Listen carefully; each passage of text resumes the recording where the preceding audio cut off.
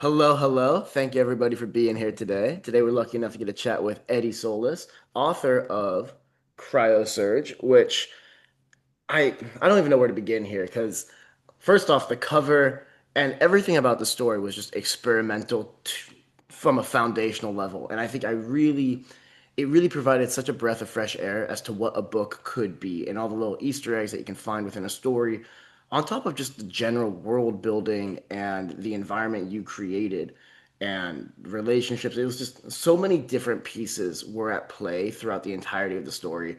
And it was gripping from the beginning to the end when you could figure out exactly what was going on. And I think that was another part of what I enjoyed about it. But yeah, hats off to you. I thought the whole premise, the whole idea behind it, from even just the cover art to the table of contents, just like the way you had it all formatted, it was a man with a plan, and I really enjoyed it. So hats off to you. Well, thank you for the praise. Happy to be here, of course. Hello to everyone watching.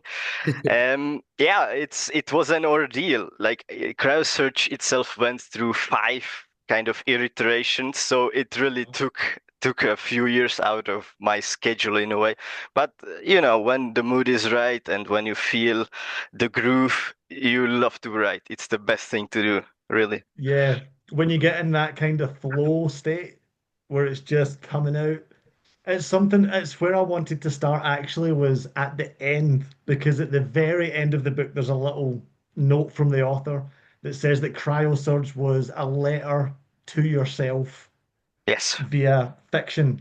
And I just wanted to ask what you meant by that, because I think that's a brilliant way of describing, I think, how a lot of authors go about their writing is almost an interview with yourself, like a dialogue with your own mind in a Well, way. So and I tell think me a that little bit about that. I was just gonna add real quick. I feel like the best stories are the ones where the author's writing what they want to write, whether it be Oh yeah, for themselves yeah, or whatnot. But when you write to audience, I feel like you lose some genuineness in your writing. yeah. Some authenticity. Yeah. Yeah, yeah, I can kind of follow up from there. The thing is, you want to be relatable and you want for your readers to have something, something familiar. So you cannot go Mhm. all out. Maybe like I did. I went a bit overboard with doing things my way and in a way making the book a little less accessible than you would like, especially for an indie author, because reaching an audience, it's such a hurdle. And if the book is, there are a few humps here and there that could be streamlined, but are deliberately not. It can turn off some people. They can say, "Oh, why am I getting into it?" I could be reading something else instead. But I think it's part of the charm, the kind of Mhm. the fringes, the kind of, how should we say it, like dog-eared kind of pages. Yeah, It's the roughness or the ruggedness. It's at the core of the story, and in my opinion, at least, it adds to the atmosphere and to the feelings it evokes. But it could be a huge turnoff for some. I'm very well aware of that. Like someone could easily like DNF the book, just yeah. after the first, I don't know, two or three chapters. They would be like, what the hell is going on? I don't understand anything. And I can see that very easily. And I've heard about like two or three people told me so, and I cannot hold it against them. This is Yeah. a book uh, for the author, by the author. It Yeah. has the audience in mind, but kind of in the background. I wrote the book for myself, and that's the answer to your question. It really is a letter to myself first, and unfortunately, with everything that it entails. So here we are, I guess. Well, I think I really love indie books or I love indie books that decide to throw caution to the wind Yeah. and be brave and be a bit different. Because what's the point in being indie if you're not going to be authentic with it? You don't have to listen to what a publisher thinks. You don't have to write for an audience that isn't yourself. Yep. And I think that's why I liked it so much was I'm the king of DNFing books. I've DNF'd more books than most people have had hot meals. I've DNF'd thousands of books at this point, probably just working with YPQ. In one chapter, I think one page into Cryosurge, because the first page is obviously it's the framing device for the whole story, explaining that this is a Yep. story being told by someone else in a different time. And I think the way that the framing device in the first part ends is the merchant saying, "Oh, don't mention that bit. That makes us sound bad." So Yeah, you're already primed for a story that's a little bit off kilter and maybe not conventional. yeah. And that's what sold me. That's what made me think this is going to be good. Well, it's a And from then on, it was great. And then I got a chance to read about the action and the characters, and God, that carried it the yeah, rest of the way. That was great. But I think if someone's not going to enjoy that, then yeah, fair, yeah. fair enough. Well, Their Fine. loss, maybe, This you isn't know? their book. Yeah, I yeah, exactly. I think there's But definitely I an knew I element. would like it. Yeah, there's definitely an element of it where you have to find that balance. Because on one hand, you want to stand out. Like when it comes to the submissions process and everything, especially when you're an indie story, there's so much competition. There's so many other stories out there. So you have to have a unique story, but then you have to find that balance between being unique enough to stand out, but being accessible enough to still be able to cater to an audience. And it's an incredibly fine line. One of the questions I had, which is less, it's relevant because obviously you're in the Czech Republic. Did you like was your initial draft of this in Czech or was it always in English? No, I'm like Czech born, like it's my mother tongue, but Mm. most of the time I think in English, I work in Oh. English, you know, I Mhm. play D&D in English, like You play English is part, D&D. Oh, of course. I knew you played D&D. No, I am the forever dungeon master, so Yeah, same man, same. I think it, writers make really good dungeon masters, right? hey Like man, it's the same thing. yes. It, I knew that was on my list of things to ask you. I ask so many authors this. It's Well, like I know this yes. guy plays D&D. it There is are crazy mm, the amount of authors we feature that have some element of D&D in their lives. It's quite yeah, cool. man. It's one of Just the best tabletop. hobbies ever, man. The It has way everything. that the way that Id gains powers as well and like becomes a more powerful frost shaman and stuff, I Mm, thought that's Dungeons and Dragons right there. Or that's someone who's played something with progression because there's a little element of, progression fantasy to it where the characters get more powerful as they go through their journey and they gain more abilities and things that they can do. Uh, tell me how much of your own Dungeons and Dragons game or your own, because if you're the DM, I'd imagine you've made the world.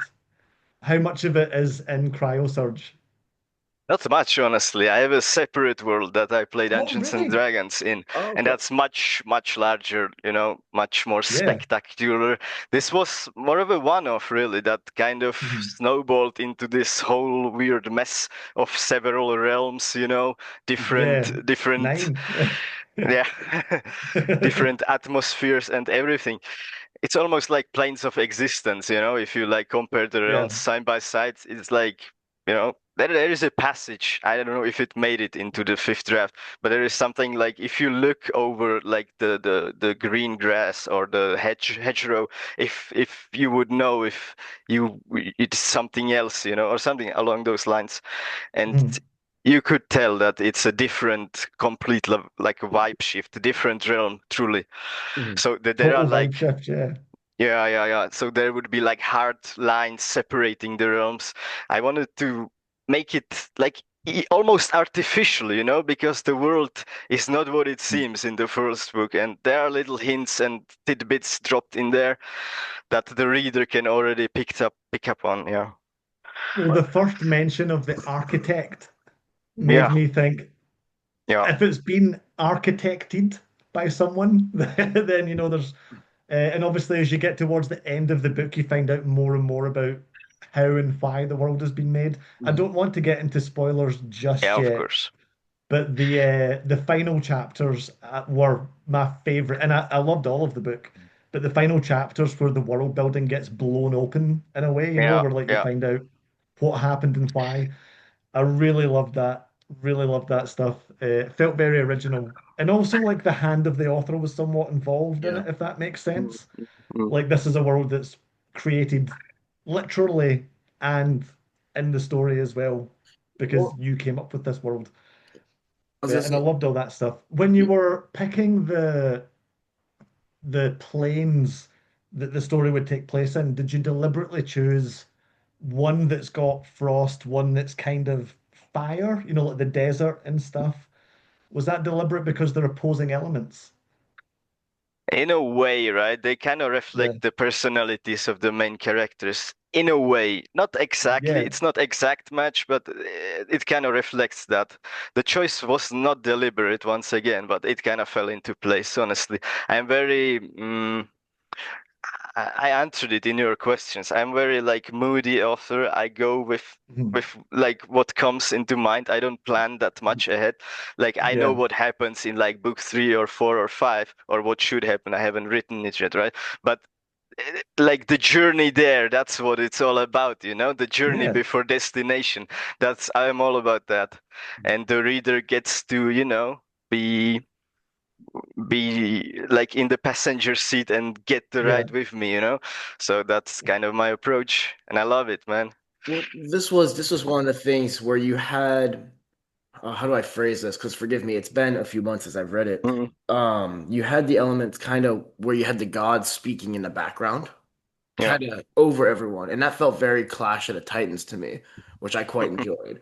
Um, but you had this almost like a stream of consciousness, and it was helping provide context, but at the same time, I think it's to your point of expanding what the like explains not expanding, explaining why things are the way they are and seeing that there is the greater power that's kind of overlooking and making sure everyone stays in line and that everything, for better or worse, is going according to a plan. Yeah, and even it gets even more twisted because it's through a POV of certain character. It doesn't have Yeah. to be the truth. It's the truth of the character, the way they see it. So there are hidden layers that you Yeah. know that you can unpack as a reader, really. And I think the POV of the characters was one of my favorite parts of it because Ed and you'll need to tell me how to pronounce her name, but I've been saying Cortha or Yeah, Corta. that's Yeah, is pretty that accurate. Yeah, yeah, close yeah. enough? So Corta and Ed, very different people, but both motivated by similar kind of energies, if that Mm, makes sense. mm. And they're both driven by things almost out with their control. And I loved there was a phrase in it. I think it's quite near the end. I think it's on like the last page or close to it. Whereas Ed sees and is like, we're weapons that have been made and pointed against each other or something like that. And I thought that's Yeah. perfect. That's the whole story. That's the whole world almost made into like one sentence. I wrote it down in my notes when I read it because thought that's it. That's the story. It And is. I love that. And did you know that going in, or did that become obvious as you were writing it?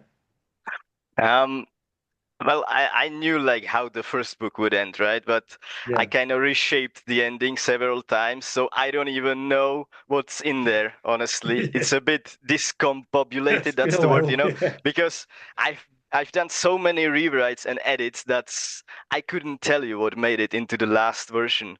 And that's Yeah, I sad in a understand way that. Yeah. because it's almost like living several realities at once, because Yep. there are these modes of possibilities that kind of made it and didn't make it. So the yeah, I had to cut a lot of lore from the book, to be honest. So it's not as Yeah. overwhelming as Mm. it is.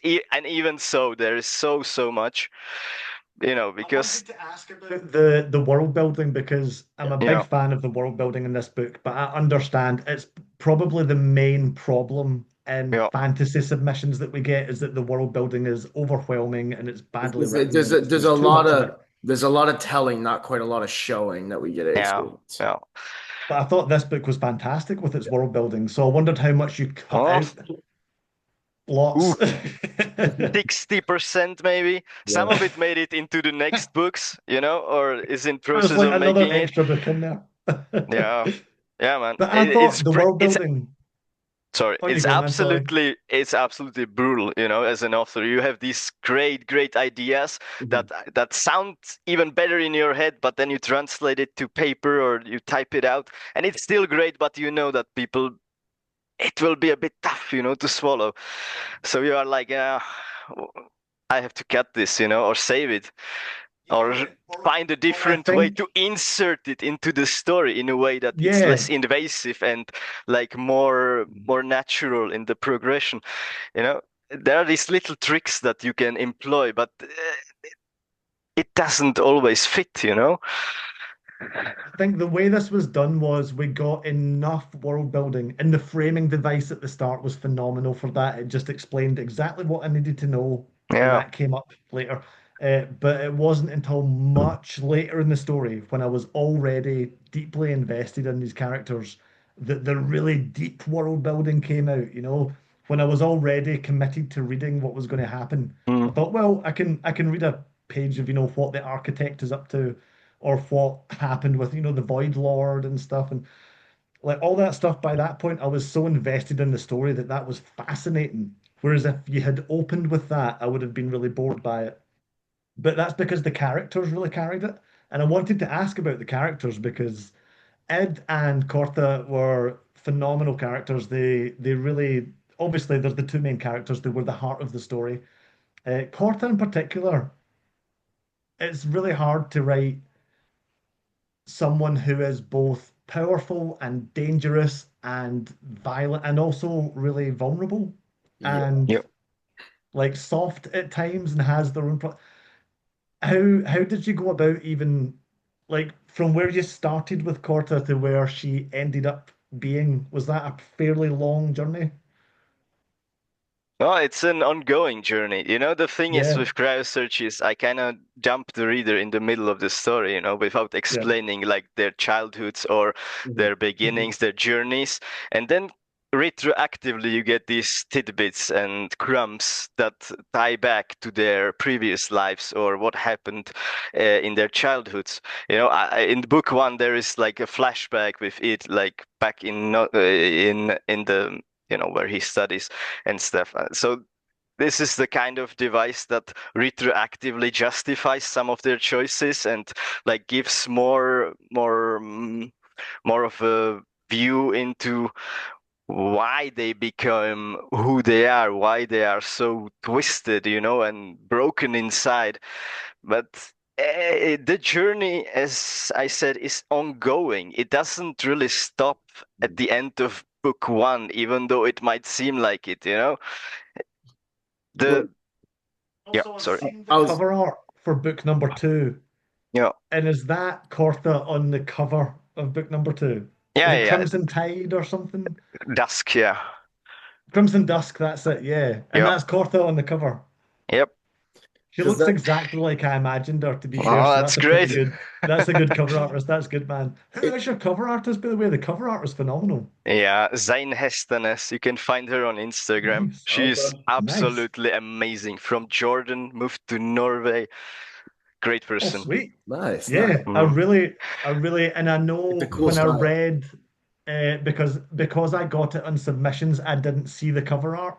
So when I saw the Oh, cover art for the man. first time, I went, "Oh, that's the bit with the fox, where the fox eats the Yeah, kittens." yeah, yeah, yeah. Well, and So I that's love when the cover art is a scene from the book and it's Yeah, yeah. framed so brilliantly, like it's properly like, oh, brilliant, brilliant May- cover artist. Maybe one little tidbit. Sorry, I know you wanted to ask a question, Rand, Yeah. but no, no, you're the fine. the the the one thing that I was like so self-conscious about, so afraid is that the cover art might overshadow my own work, It's so good that it might be like, oh, people would have like expectations through the roof. But Yeah, I this is going like, to be great. uh, Well, I but mean, hey, man. I think the style of the cover art more than anything just Mhm. really reflects the type of story. Like, I Yeah. don't know, just like the line work and everything really got me. And I think back to Corta and Ed, it really felt like a redemption story because obviously there are some Yeah. harrowing scenes, especially with Corta. And obviously, Mm. as the story, and like you said, this is the first in a series, so there's going to be more development to come. But as you start peeling back the layers of why Ed is the way that Ed is, and he kind of had lofty expectations, and Corta was just a broken soul. But throughout these two characters, we're almost forgetting my favorite one, which is Hex. Oh, Oh yeah, my Hex, boy. Hex was like I don't know what it was about the bird, but the bird got me, especially at the end, and like Oh my my God, little the ending. yeah, yeah. Well, you had the little backstory of Hex, blew my mind. It felt like the yeah. perfect little and spoilers, sorry boys. Spoiler time. It's spoiler Yeah. time. Um, the thing is, it tied together a loose end that I feel like a lot of other authors would just say, okay, here's a side character, here's a little bit of joy in an otherwise bleak world, and then we're gonna continue on with the bleak and leave that. Having that kind of closure with Hex felt so nice, and it Yeah, was such a memorable moment throughout the story as well. You know, Hex was.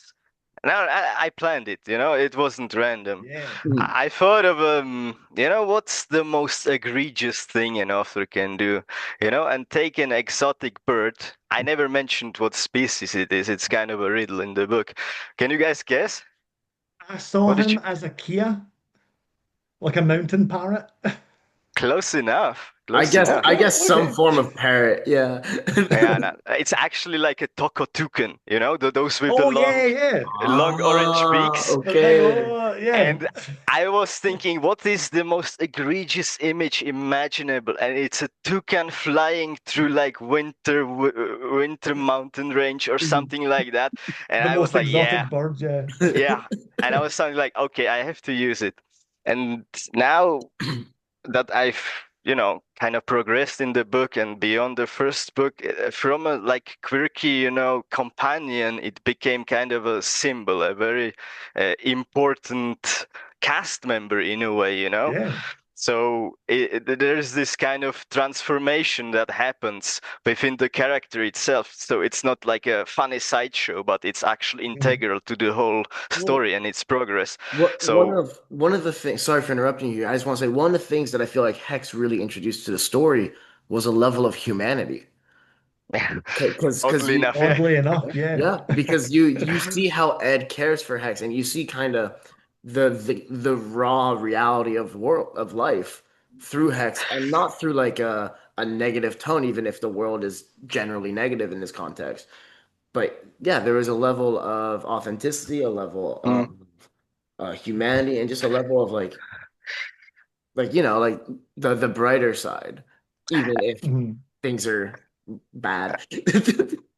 I don't, I don't know about Brighter, but I would agree with you that Hex's POV or kind of his insights are unfiltered, whereas both Id and Kurt they kind of have their own way about thinking of the world. So Mhm. the POV you get is a bit skewed, towards who they are and how they think.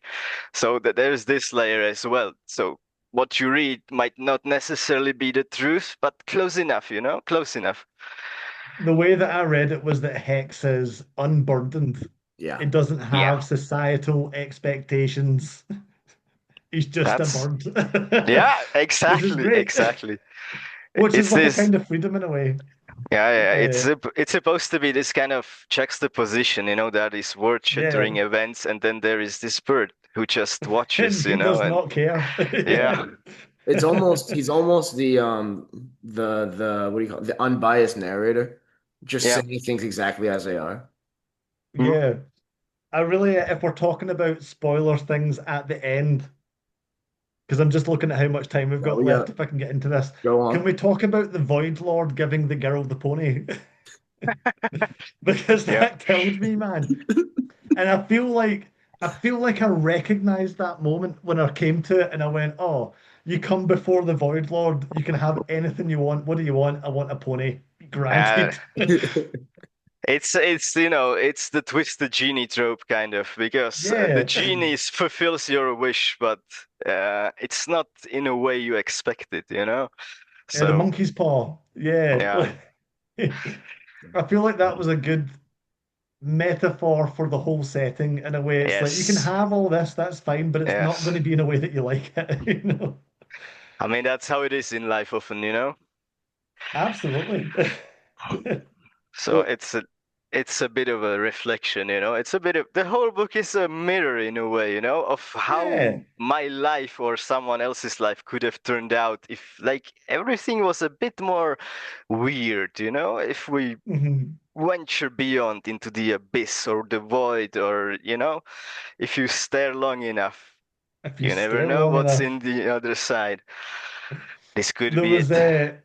there was a couple of other things that I wrote down, and one of them was I wrote down, I think in Corta's first chapter, I wrote he's given Dagger a capital Mm. D. Ah, So I know yes. it's gonna come back. I know something's gonna happen with the dagger.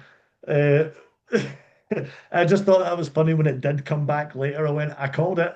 I knew that No, was gonna happen. well, that's foreshadowing for you, you know, when it's done right, it's done right.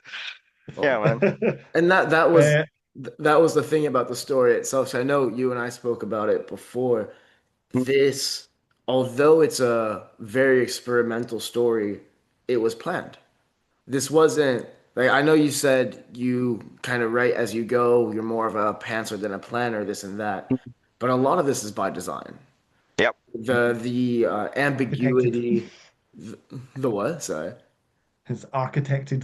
Yeah, yeah, exactly. And I think it blends well. I haven't read the sequels yet, but I am looking forward to it because it's just The sequel's not out yet, no. Oh yeah, the second okay. one is. Is it? Yeah. Yeah. Surprise. Merry Christmas to me. I know what I'm getting. Oh. There's just Uh, I don't know. There's a level of a breath of fresh air is a weird way to put it, but when you find a story that is so unique and so kind of outside the norm, it often feels like that because you're channeling something new and different and you're standing out. And there's just I'm sorry, I'm just looking over at the cover because it's his eyes. It's Ed's Yeah. eyes in the cover. They have no pupils. It's just white. And that's almost how he feels throughout the story of like he's on A one professor. hand, yeah, like he's on one hand a man on a mission, and on another hand, I don't want to say degenerate. Degenerate's a wrong word, but yeah, he's you a know, tortured soul, man. yeah, Yeah. exactly. He went through an ordeal that you as a reader of the first book don't completely understand, but you understand that there is something deeply wrong, you know? Be it something Yeah. whispering to him, or you know that there's this feeling of unease, or at least I imagine there should be. Reading some of the more harrowing it chapters, you cannot go through it unscathed, you know, if you connect with the character. What's the when he's getting his tattoos Yeah. and stuff to get his powers? When I was reading that, I thought that sounds like disassociation, depersonalization. I Mhm. don't know if that's something you've gone through. That's quite a deep thing to get into, but the idea of like intrusive thoughts and things whispering into your head and stuff is something that trauma survivors talk about all the time. Like having things that you can't control going on in your head. So when I was reading that, I went, God, this guy, oh bloody hell, this guy, this guy's really been, literally been tortured to allow this thing into him, and then he carries that with him for the rest of the story. And I thought that was a great metaphor at first, but then I learned that it's literally there is something in there with him. Yep. And was that something like out of interest? Do you have any tattoos? Yeah, I'm covered, man. I have like whole Yeah, yeah. So I I'm have I'm a friends I with have a like chest tattoo. Yeah. oh my God, yeah, Worst pain I've ever felt, man. Don't yeah. tattoo your sternum. Do not recommend. So I've got my cover artist is a tattoo artist. So Mm, I've got a bunch of tattoos that he's mm. done, and most of my friends are covered like head to toe in tattoos, like full body kind of thing. And the pain of a tattoo, when I was reading it, I went, I bet this guy has been tattooed. Like, this is too accurate. You get some tattoos, Ryan. I'm not there yet. I'm afraid of needles. I still gotta get my flu shot.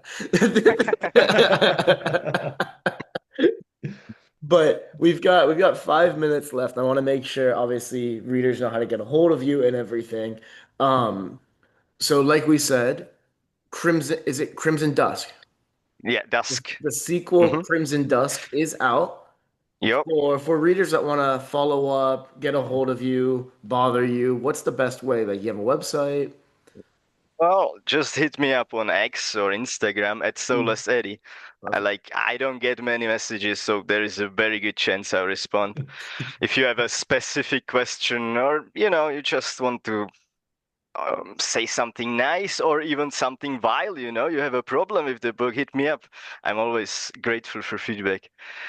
Nice to get Uh, a message that's not from bots.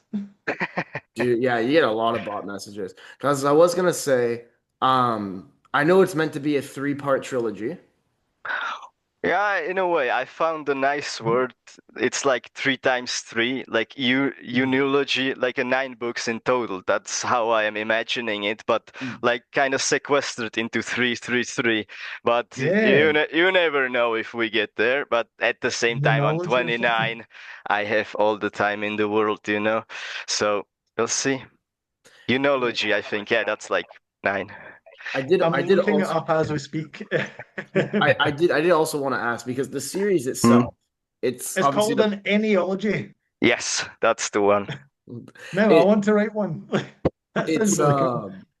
I was gonna say the series of the title of the series, apologies, is Annals of the Incidental Utopia. Yes. Oh, yeah, I wanted to touch on this. Yeah. Yeah. So incidental utopia.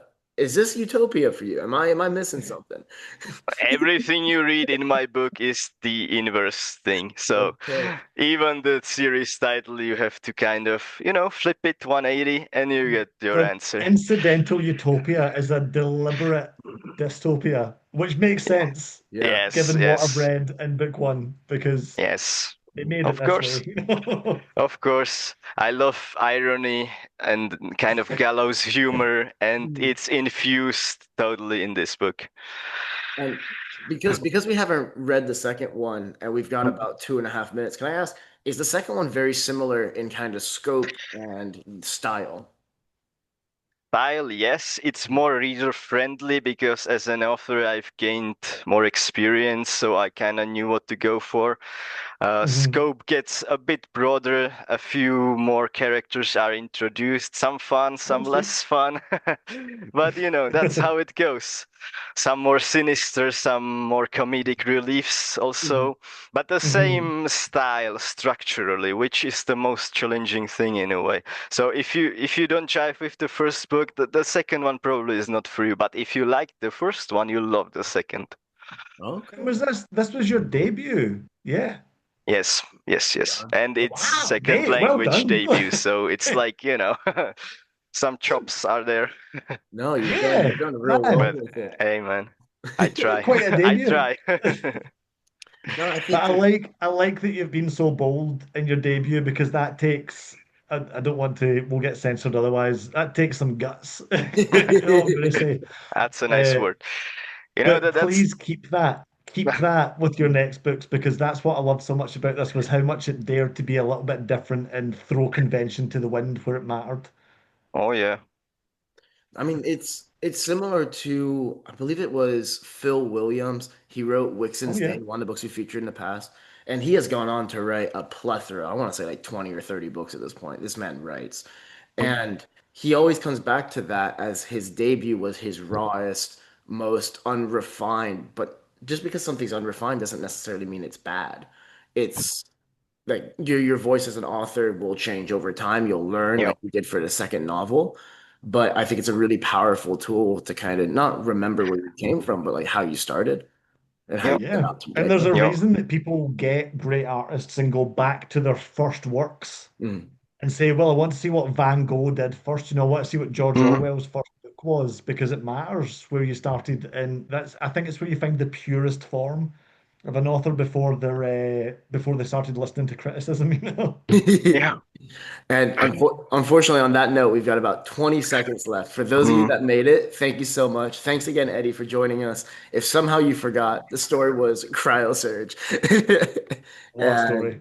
yeah, wonderful story. Thank you guys again, and looking forward to the next one. Yeah. A pleasure, guys.